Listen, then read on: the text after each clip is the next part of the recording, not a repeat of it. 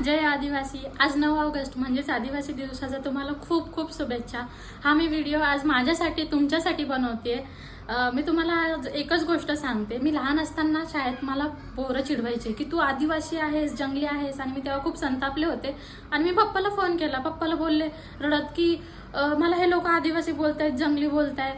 मग नंतर माझ्या वडिलांनी मला सांगितलं की आदिवासी बोलण्यात आणि समजून घेण्यात काहीच वाईटपणा नाही आणि कमीपणा नाहीये।